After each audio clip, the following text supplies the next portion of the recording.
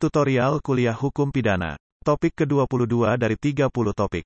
Definite sentence, indefinite sentence, dan indeterminate sentence.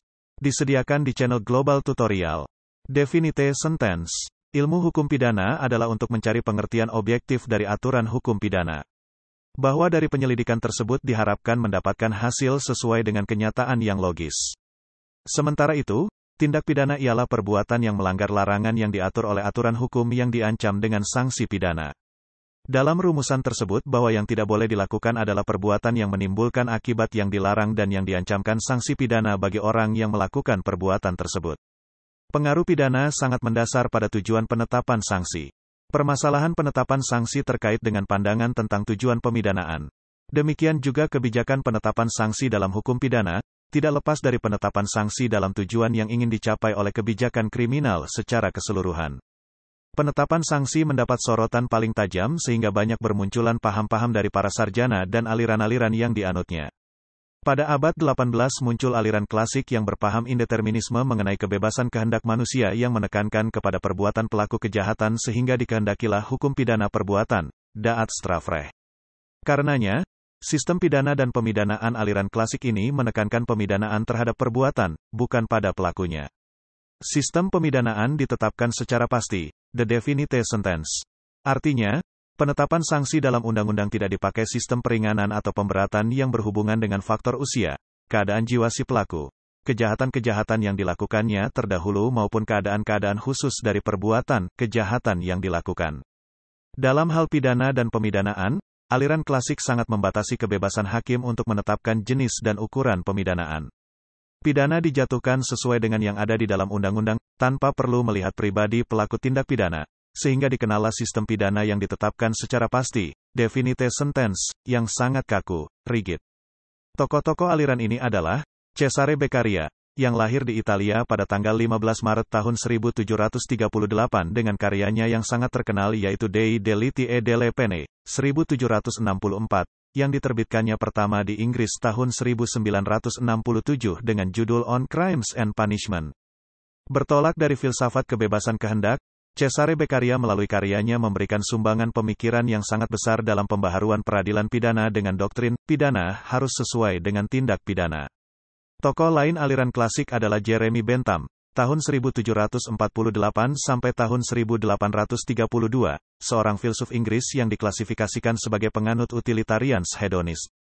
Teori yang sangat terkenal adalah yang dinamakan felicific calculus. Teori ini menyatakan bahwa manusia merupakan makhluk rasional yang akan memilih secara sadar kesenangan dan menghindari kesusahan.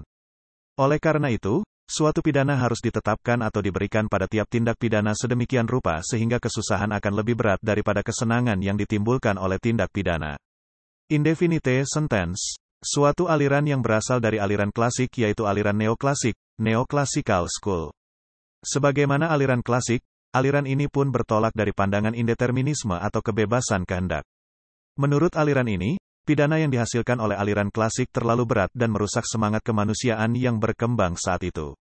Untuk itu aliran ini merumuskan pidana minimum dan maksimum dan mengakui hal yang dinamakan asas-asas tentang keadaan yang meringankan. Dengan demikian, nampaklah bahwa aliran neoklasik mulai mempertimbangkan kebutuhan adanya pembinaan individual pelaku tindak pidana. Sistem pidana yang dirumuskan secara pasti, definite sentence, ditinggalkan dan diganti dengan sistem indefinite sentence. Pengaruh perkembangan kesadaran hukum masyarakat mengakibatkan aliran klasik yang rigid mulai ditinggalkan dengan timbulnya aliran neoklasik.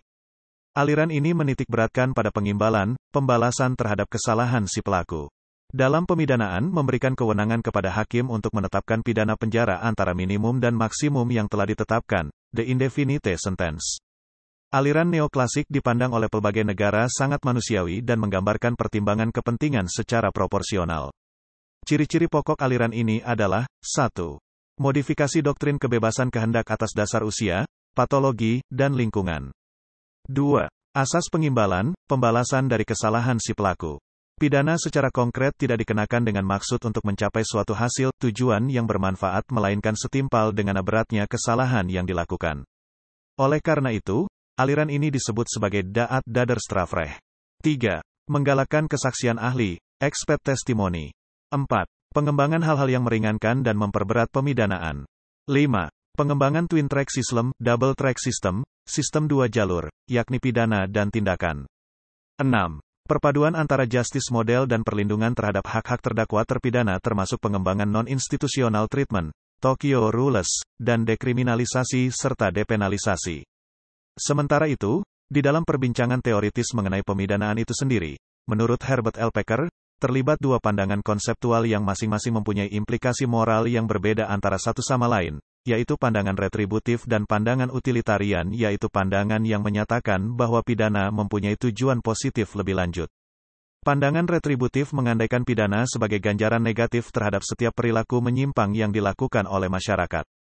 Pandangan retributif beranggapan bahwa setiap orang bertanggung jawab atas pilihan-pilihan moralnya masing-masing. Dengan demikian, pandangan retributif memusatkan argumennya pada tindakan-tindak pidana yang sudah dilakukan. Pidana menjadi retribusi yang adil bagi kerugian yang sudah diakibatkan.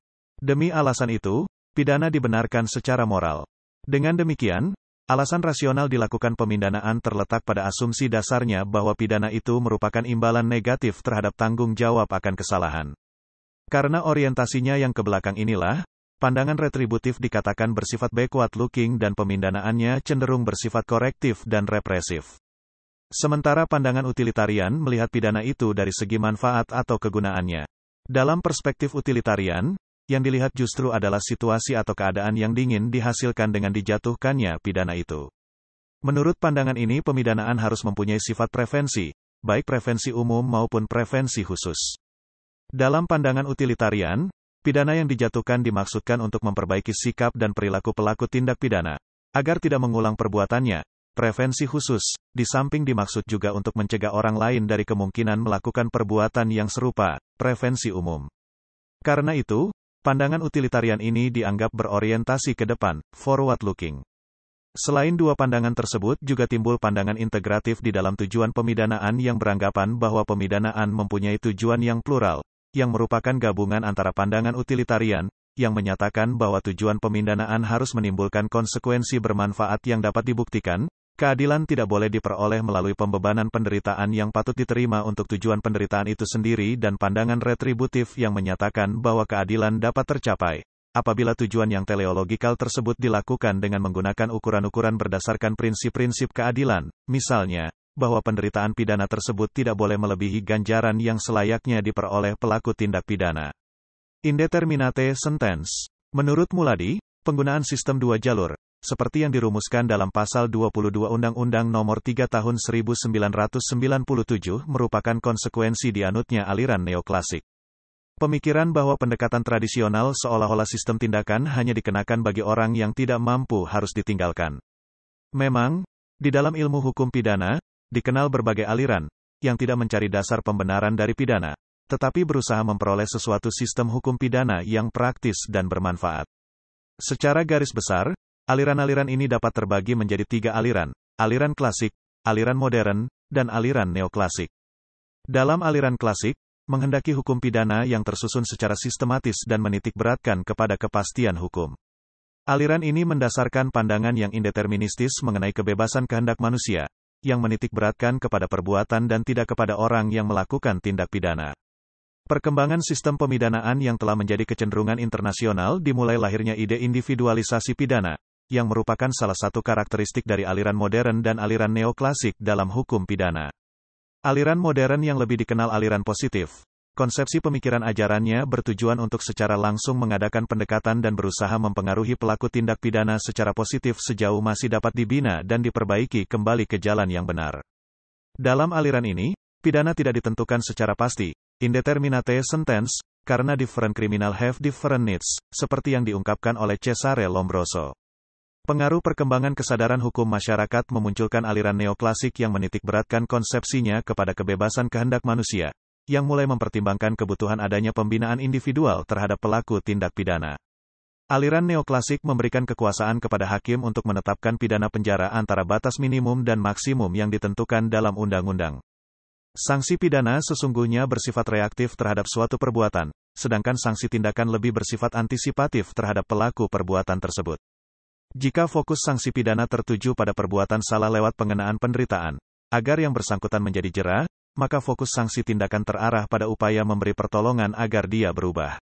Jelaslah bahwa sanksi pidana lebih menekankan unsur pembalasan. Ia merupakan penderitaan yang sengaja diberikan kepada seorang pelanggar. Sementara itu, sanksi tindakan bersumber dari ide dasar pelindungan masyarakat dan pembinaan atau perawatan si pembuat. Atau seperti yang dikatakan J.E. Jonkers, bahwa sanksi pidana dititik beratkan pada pidana yang diterapkan untuk kejahatan yang dilakukan, sedangkan sanksi tindakan mempunyai tujuan yang bersifat sosial. Berdasarkan tujuannya, sanksi pidana dan sanksi tindakan juga bertolak dari ide dasar yang berbeda. Sanksi pidana bertujuan memberi penderitaan istimewa kepada pelanggar supaya ia merasakan akibat perbuatannya. Selain ditujukan kepada pengenaan penderitaan terhadap pelaku, sanksi pidana juga merupakan bentuk pernyataan pencelaan terhadap perbuatan si pelaku. Dengan demikian, perbedaan prinsip antara sanksi pidana dan sanksi tindakan terletak pada ada tidaknya unsur pencelaan, bukan ada tidaknya unsur penderitaan. Sementara itu, sanksi tindakan tujuannya lebih bersifat mendidik. Jika ditinjau dari sudut teori-teori pemidanaan, maka sanksi tindakan merupakan sanksi yang tidak membalas. Ia semata-mata ditujukan pada prevensi khusus, yakni melindungi masyarakat dari ancaman yang dapat merugikan kepentingan masyarakat itu. Singkatnya, sanksi pidana berorientasi pada ide pengenaan sanksi terhadap pelaku suatu perbuatan, sementara sanksi tindakan berorientasi pada ide perlindungan masyarakat. Perbedaan orientasi ide dasar dari dua jenis sanksi tersebut sebenarnya memiliki kaitan pula dengan paham filsafat yang memayunginya, yakni filsafat indeterminisme sebagai sumber ide sanksi pidana dan filsafat determinisme sebagai sumber ide sanksi tindakan. Demikianlah materi topik ke-22 tutorial kuliah hukum pidana. Channel Global Tutorial sangat bermanfaat bagi yang ingin menambah wawasan, termasuk mahasiswa perguruan tinggi negeri dan swasta manapun di Indonesia. Video tutorial dituturkan dan disubtitelkan agar dapat ditonton, dibaca sambil didengarkan. Jangan khawatir jika belum langsung paham. Untuk pemahaman yang lebih baik, putar dan dengarkan video ini berulang-ulang. Subscribe dan like, agar Anda mendapatkan update tutorial lainnya. Bagikan juga link video ini, agar teman lain juga mendapatkan manfaat channel ini. Sekian dan terima kasih. Sampai jumpa.